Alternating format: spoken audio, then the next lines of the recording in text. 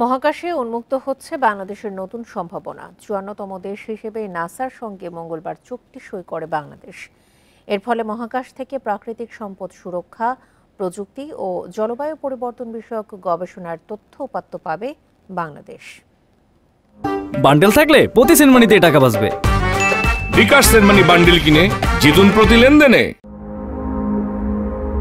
বাংলাদেশ বিনিয়োগ সম্মেলনে নাসার আর্টেমিস অ্যাকর্ডসে যুক্ত হয় বাংলাদেশ। এর মধ্য দিয়ে তাদের ওয়েবসাইটে ভেসে ওঠে লাল সবুজের পতাকা। নাসা বলছে বাংলাদেশের সঙ্গে এই চুক্তির ফলে মহাকাশ গবেষণা পাবে নতুন মাত্রা। আর দেশের মহাকাশ গবেষণা ও দূর অনুধাবন প্রতিষ্ঠান স্পার্সও বলছে এর মধ্য দিয়ে মিলবে নাসার বিশাল তথ্য ভাণ্ডারে প্রবেশের সুযোগ।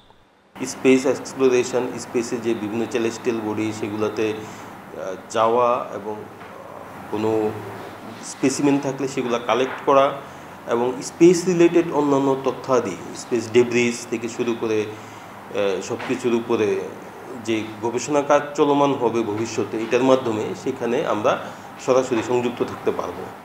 সেই সঙ্গে বাড়বে গবেষণাধর্মী কাজ, বলছেন স্পার্সোর কর্মকর্তারা।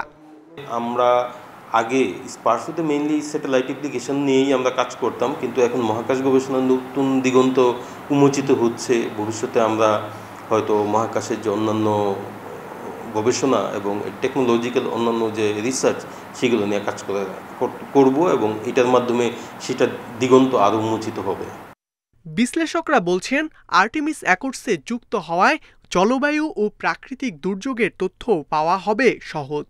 স্পেসের ডাটা কিন্তু খুবই এক্সপেন্সিভ। মানে আপনার যদি একটা স্যাটেলাইট না থাকে, আপনি সেই ডাটা কেমন করে পাওয়া সম্ভব?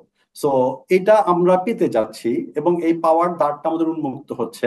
ফাইন্যান্সিয়ালি কতটুকু বেনিফিট হবে সেটা আমি জানি না, বাট এই ডাটা এগুলির মূল্যায়ন করা খুবই ডিফিকাল্ট, যেগুলো ভ্যালু কত। ওকে, সো আমরা যে আবহাওয়া বলেন বা জিএনএসএস বলেন বা নেভিগেশন বলেন, সব জায়গায় আমাদের স্পেস থেকে ডাটা লাগবে। তবে এর পূর্ণ ফল পেতে আরও 15 থেকে 20 বছর সময় লাগবে বলে জানান বিডার চেয়ারম্যান।